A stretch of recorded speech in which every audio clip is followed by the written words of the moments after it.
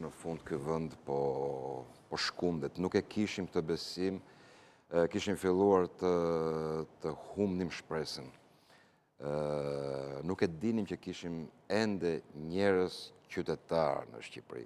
Shikoni, Shqipëria ka 35 vjet që qeveriset pa një strukturë, pa një ide kombëtare, pa shinat qarta kombëtare.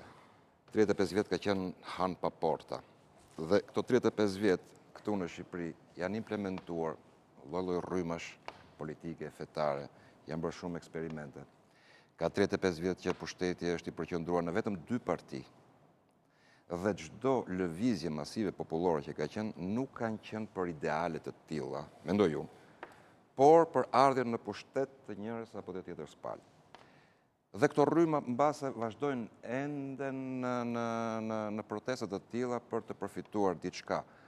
Kjo ishte frika e parë, por populli u përgjigj dhe dolën pjesa më e mirë e popullsisë shqiptare që po e shohim sot, njerëzit më të qytetëruar, njerëzit më të edukuar, njerëzit më të emancipuar, njerëzit më të lirë nga politika dhe ekonomikisht mbase.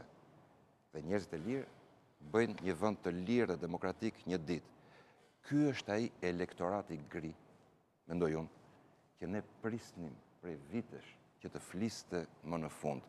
Dhe ky masivitet, jo vetëm në Tiranë, por në gjitha qytetet kryesore të vendit, edhe jashtë, i sfumon totalisht dhe i kthe në minoranca të papërfillshme të gjitha këto rryma që përmenda pak më sipër, që duan përfitime të thjeshta. Shqipëria po shkon në drejtimin e duhur dhe unë uroj, shpresoj që kjo masë popullore ta vazhdojë qëndresën e saj deri në largimin totalisht të gjithë kastës së vjetër politike në Shqipëri që ka sunduar këto 35 vjet. Shqipëria ka nevojë të marrë frymë, të japi fund tranzicionit dhe të eci